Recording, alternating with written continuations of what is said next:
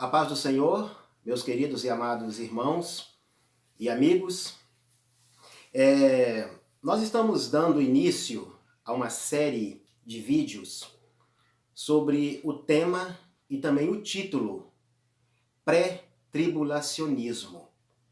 E desta feita nós iremos falar sobre pré-tribulacionismo e a cronologia dos eventos escatológico, isso é, dos eventos futuros. Será uma série de vídeos, eu não sei quantos minutos que vai ficar cada vídeo, se vai ser 15, 20 ou 30, tá? Mas será uma série de 8, 10 vídeos, 12 vídeos, também eu não sei quantos vídeos será, e eu estarei colocando eles em ordem, tipo primeiro vídeo, segundo vídeo, e também títulos diferentes nos vídeos, né? Mas sempre com o tema pré-tribulacionismo. E esse primeiro vídeo tem como título pré-tribulacionismo e a cronologia bíblica. A respeito da cronologia dos eventos futuros, dos eventos escatológicos, eu quero logo adiantar que eu não quero ser dogmático a respeito do assunto e nem tampouco dizer que eu tenho a palavra final sobre o assunto e que eu sou o dono da verdade concernente ao assunto. Porque constitui-se uma tarefa bastante difícil colocar os eventos escatológicos em uma ordem, dizer esse é o primeiro, esse é o segundo, porque além de colocar eles em ordem, existe também o fator tempo e o fator espaço, porque colocar eles na ordem do tempo e na ordem do espaço, porque alguns desses eventos irão acontecer no céu, outros desses eventos irão acontecer na terra, outros desses eventos irão acontecer no submundo, nas regiões espirituais. Então constitui-se uma tarefa bastante difícil.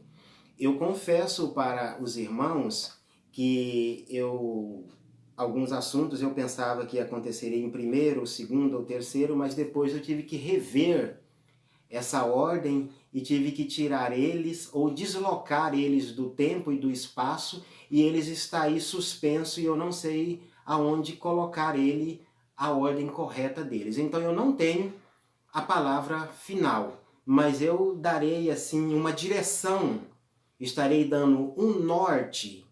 E quem tiver interessado ou se interessar pelo assunto, dê prosseguimento e já sabendo que ninguém tem a palavra final sobre esse assunto. O que é certo é, o que está profetizado na Bíblia Sagrada irá se cumprir na íntegra, porque é a palavra de Deus. Mas quanto à ordem, nós não temos uma palavra final. Então, antes de falar sobre a cronologia, eu quero falar um pouquinho da minha história a respeito da escatologia bíblica. No ano de 1975, eu era criança nessa época, foi quando eu tive o meu primeiro contato com os crentes. Isso aconteceu na cidade de São Miguel do Iguaçu, no estado do Paraná. Nós mudamos para uma fazenda e nessa fazenda, vizinho nosso, assim, tinha uma família que era igreja crente. Eles eram chamados de crente, né? E logo de mão, a minha mãe falou assim, ali moram os crentes. E falou assim, eles são. E falou uma palavra bastante engraçada lá, que eu não quero falar aqui no vídeo. Mas, como assim nós usávamos esse termo chulo para essa família, também essa família usava um outro termo chulo para se direcionar a nós, para se dirigir a nós. E dizia o seguinte, vocês são os católicos da... Vocês devem saber a respeito do que eu estou dizendo. Então, essa família era bastante radical, não deixava as crianças brincar com nós de forma nenhuma. E depois eu descobri de que igrejas, de qual denominação que eles eram, né, qual igreja eles pertenciam, que hoje, na atualidade, eu considero esta denominação, essa igreja, como a igreja mais analfabeta em matéria de Bíblia. Não vou citar o nome dela aqui. Então, muito bem. Mas depois, no ano de 1977, nós mudamos de São Miguel do Iguaçu, no estado do Paraná, para a cidade de Foz do Iguaçu. E nós fomos morar num bairro chamado Boici, que na época era uma favela perigosíssima. Hoje não, hoje é um bairro abençoado, o Progresso chegou ali, eu passei lá tempos atrás, é uma benção esse lugar, ficou uma parte da cidade muito bonita, mas naquela época era uma favela, perigosa demais. Minha mãe trabalhava de empregada, e eu me lembro que uma certa tarde ela estava no trabalho, né, por volta de umas 15 horas, não me lembro o dia da semana, então se aproximou-se 2 ou 3 senhoras, não me lembro a quantidade, fazendo convite para logo à noite nós estarmos num culto em uma igreja evangélica. Mas nisso a minha mãe já estava chegando e recebeu elas e atendeu o convite, e quando elas foram embora, minha mãe disse da seguinte forma: vai tomar banho porque nós vamos na igreja dos crentes esta noite. E eu me lembro que nessa época eu e meu irmão nós tínhamos apenas uma peça de roupa. E minha mãe foi e colocou nós dentro de casa, era uma casa de lona preta, né? Encerado, lá no Paraná fala encerado. E então nós tiramos a roupa, minha mãe foi lavar a roupa para colocar a roupa para secar e nós ficamos escondidos dentro de casa porque nós só tínhamos uma peça de roupa. Então, mas vencemos, Deus abençoe, e essa é uma outra história. Enfim, nós fomos na igreja naquela noite, não me lembro se era quinta, terça, domingo, eu sei que era um dia de semana, domingo não era não. E assim nós fomos para lá, e chegando lá cantaram uns hinos da harpa, depois cantaram uns corinhos batendo palma, muito divertido, o culto, nós gostamos, enfim, depois nós mudamos desse bairro para um outro bairro, e um bairro já melhor, né? E de repente, um certo dia, eu percebi uma ousadia muito grande da parte dos crentes que os crentes do passado tinham. Um grupo de crentes chega na casa de meu pai, inclusive até minha mãe fica perguntando, mas como que você se lembra de tudo isso? Eu não sei como, mas eu me lembro de tudo isso. Ela diz que não se lembra dessas coisas, mas eu me lembro, tá? E é uma benção, né? Deus nos abençoar intelectualmente nesse lado, né? Aí então, esses crentes bateram palmas e se identificaram como crente, e eles tiveram a ousadia de pedir para fazer um culto na casa de meu pai, sendo que nós não éramos evangélicos. Era até uns crentes, uns irmãos da igreja presbiteriana renovada. E meu pai olhou e falou assim, eu aceito. Então fizeram um culto ali, e foi o primeiro contato oficial que nós tivemos com os crentes. Depois minha mãe aceitou Jesus, eu também aceitei Jesus, fomos batizados em águas. Nessa época, batismo em águas, imersão, adulto, fórmula batismal trinitariana, que esse é o batismo bíblico, né? Em águas, né?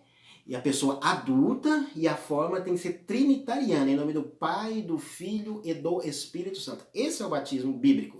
Então nós somos batizados assim. Tá, mas daí nós começamos a frequentar essa igreja, que era uma benção, e para mim também nos dias de hoje tem um afeto, uma gratidão muito grande por essa denominação. Gosto muito, me dou bem com os irmãos. Então, no final de semana, teve um trabalho, veio um pastor pregar. Sexta, sábado e domingo. E eu me lembro que no final dessa festividade, no domingo, o pastor pregou sobre escatologia bíblica. Eu vou omitir aqui o nome do pastor. E eu me lembro que o pastor pregou da seguinte forma, que Jesus voltaria, o fim do mundo, o arrebatamento da igreja, e assim por diante, era a pregação dele. Mas no final da pregação ele disse algo que impactou a minha vida. Eu não sei se aquilo fez diferença para as outras pessoas, mas para mim fez uma diferença muito grande, que fez uma reviravolta, fez uma revolução dentro do meu coração. Que ele dizia o seguinte, que 1000 anos havia se passado, mas 2000 anos não ia se completar, que o mundo ia acabar, que Jesus ia voltar antes do ano 2000. Aí aconteceu o seguinte, eu não focalizei muito sobre a vinda de Jesus. A minha mente ficou voltada para o fim do mundo. Irmãos, aconteceu um pânico, um medo tão grande dentro de mim, que a partir daquele momento eu nunca mais fui a mesma pessoa. Porque eu ficava preocupadíssimo com aquilo, me bateu uma fobia tão grande, que eu tinha pesadelos, eu tinha sonhos, eu acordava nas madrugadas gritando, gritando apavorado, eu vi a terra se desmanchando, se desfazendo debaixo dos meus pés, e eu acordava gritando, pedindo misericórdia, e minha mãe vinha correndo para o meu lado, para o meu quarto, e dizendo, menino, o que está acontecendo, menino? Mas eu ficava tão apavorado que eu perdi o fôlego, eu não conseguia dizer para ela, passar para ela o que estava acontecendo comigo. Tá, porque eu tinha medo do fim do mundo. Eu me lembro que nessa época, o Reino Unido, que naquela época chamava-se Inglaterra, me parece que no ano de 81, 82, ele iniciou uma guerra contra o país da Argentina, né? Que era divisa de Foz do Iguaçu. Nessa época morávamos em Foz do Iguaçu. Então ali, eu pensei assim, é o começo do fim do mundo. E eu fiquei com muito medo, mas acabando foi poucos dias, resolveu aquele negócio ali. Tá, mas muito bem. Então, daí depois eu passei a frente, eu comecei a estudar a Bíblia, porque o pastor tinha dito que estava na Bíblia. E eu me lembro que, né, que um pouco depois, eu li a Bíblia todinha procurando esse versículo dentro de 92 dias, procurando essa passagem. Eu encontrei alguns versículos parecidos na Epístola de Pedro, dizendo que 1000 anos são para o Senhor como um dia, e um dia como 1000 anos. E lá em Salmos também diz que 1000 anos são como o dia de ontem que passou. Mas esse versículo eu não consegui encontrar. E eu me lembro algo bastante interessante, até hilário, que na nossa casa nós usávamos lamparina com óleo diesel para nós alumiarmos a casa. E depois, quando todas as pessoas iam dormir, eu ia ler a Bíblia. E de manhã eu estava com as minhas narinas cheias de fuligem de óleo diesel, fumaça, o picumã, estava pretinha, as sobrancelhas assim, né? Naquela época eu tinha um pouquinho mais de cabelo, né? E o cabelo estava tudo sujo de fuligem de óleo diesel. Minha mãe dizia, menino, o que é isso? Eu falei, mãe, eu estava lendo um pouco a Bíblia. E minha mãe dizia, menino, você vai ficar doido, não pode ler a Bíblia, porque quem lê a Bíblia fica doido. E depois eu descobri mesmo que a gente quase fica doido mesmo. Tá, muito bem. Aí eu li a Bíblia depois do almoço, depois da janta, depois do café. Minha mãe dizia, não lê a Bíblia depois do almoço de barriga cheia, que você vai vomitar. Olha, você vai ficar cego. E graças a Deus, hoje eu já passei dos 40. Cada dia que passa eu estou enxergando um pouquinho melhor. Nunca tive problema de vista. Meus irmãos usam óculos, minha mãe usa óculos, meu pai usa óculos. E eu até hoje não uso óculos não. Graças a Deus, né? Tá, mas muito bem.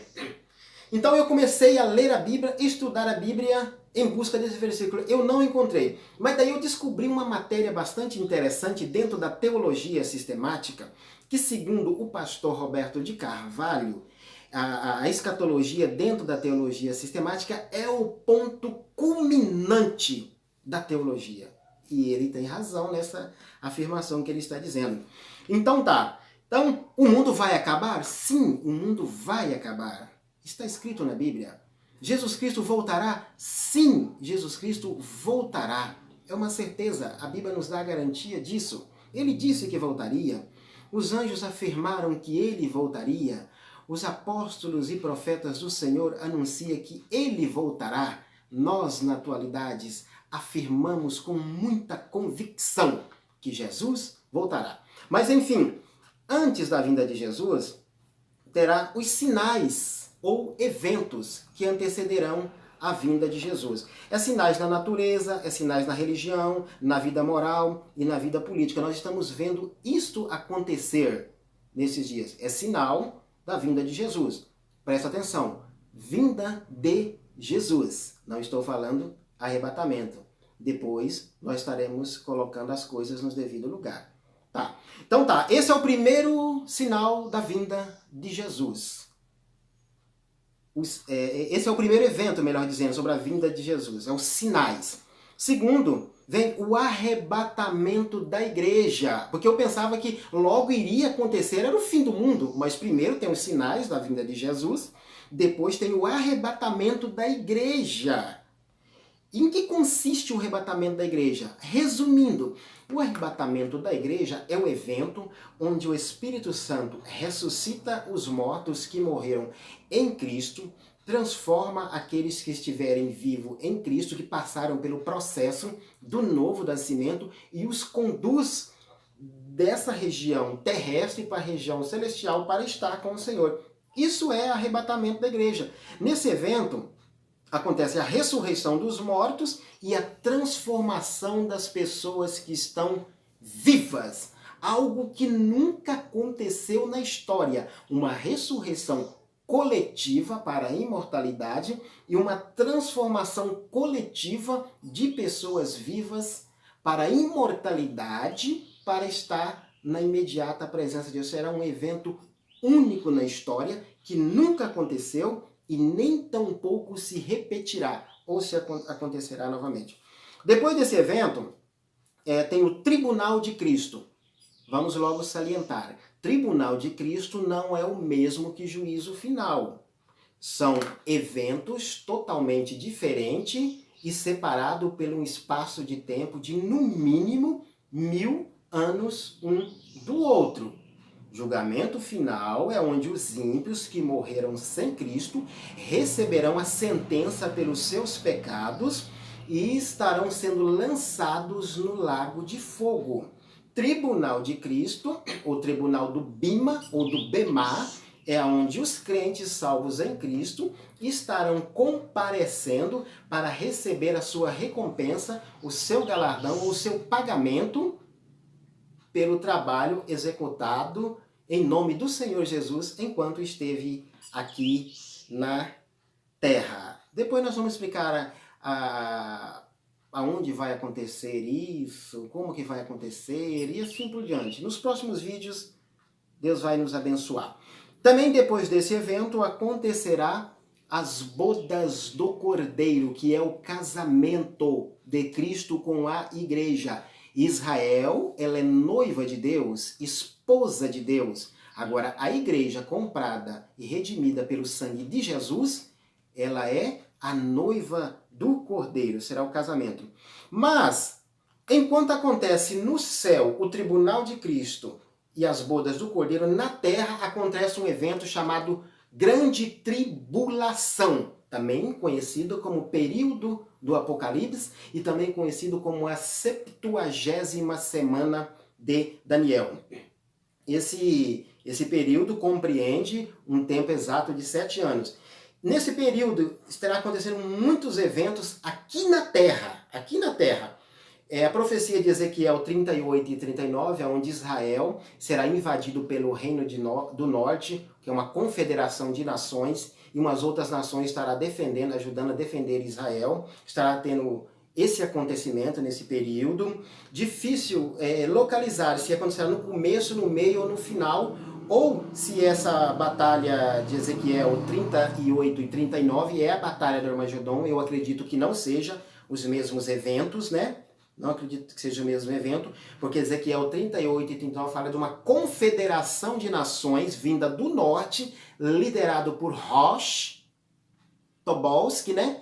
E que invadirá Israel e existirá algumas nações que defenderá Israel. Agora, na batalha do Armagedon, nenhuma nação defende Israel. Haverá a necessidade de Cristo descer do céu para defender Israel, para que Israel não seja varrido do mapa. Então, por este motivo, eu acredito que não sejam os mesmos eventos.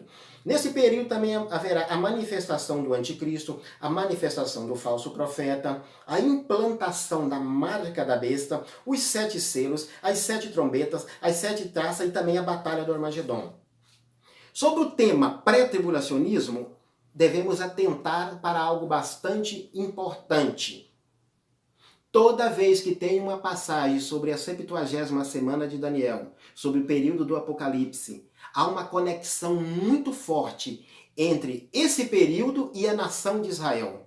Quando nós procuramos fazer uma conexão desse período da grande tribulação, que ocorre após o arrebatamento da igreja, com a igreja, nós não encontramos bases bíblicas de forma nenhuma. A tribulação, esse período de 7 anos, que ocorrerá após o arrebatamento da igreja, é algo direcionado exclusivamente à nação de Israel. Não se fala da igreja, a gente não consegue encontrar a igreja.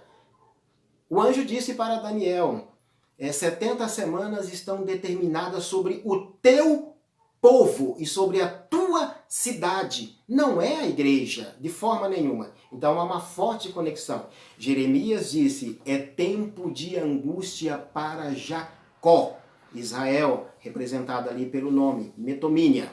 Então, fica claro que nesse período a igreja não estará aqui. Agora, há pessoas que ficam procurando assim uma passagem literal, gráfica na Bíblia, dizendo a igreja não passará pela grande tribulação.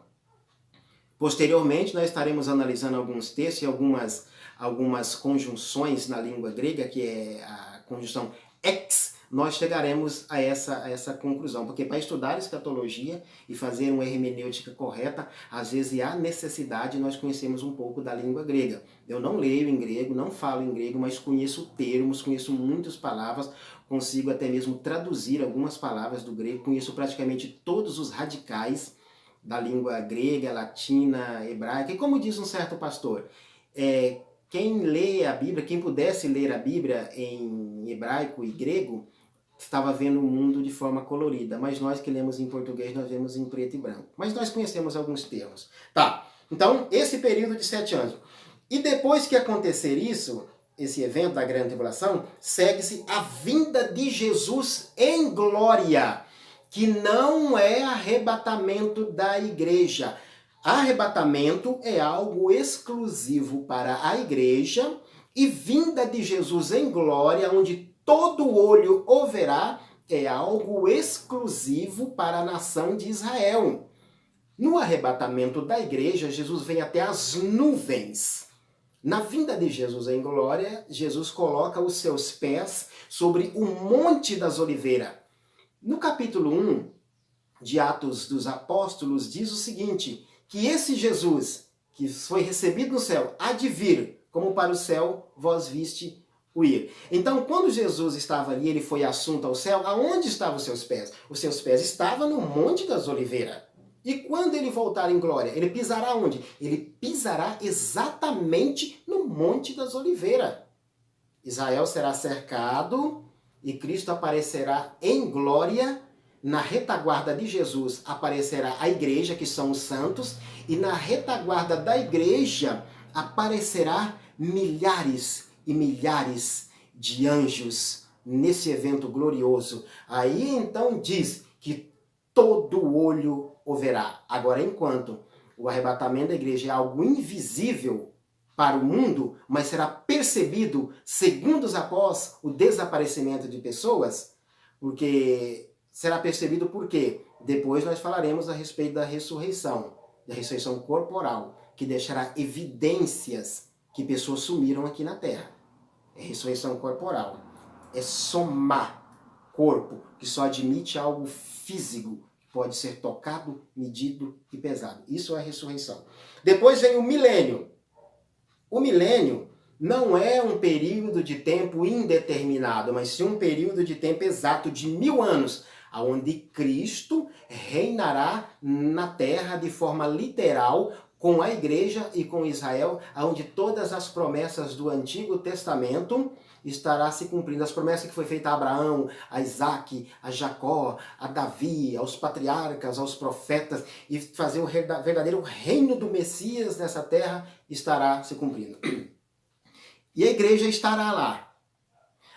Outro dia na escola bíblica dominical, um irmão perguntou para mim, falou assim, irmão Valmiro, mas no milênio diz que consiste em comer, beber, plantar, e a igreja vai comer?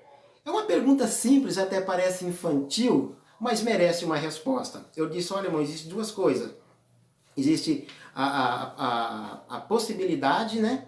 A possibilidade e a necessidade. Será possível a igreja comer? Sim, ela terá capacidade, mas ela terá necessidade? Não, ela não terá necessidade, porque ela já está em corpo de glória. Cristo, quando ressuscitou no domingo, em corpo de glória, que é o modelo do corpo de todos os crentes no futuro, para a imortalidade, ele comeu e ele também bebeu. Então há a possibilidade, mas também não há necessidade. Cristo tinha necessidade? Não.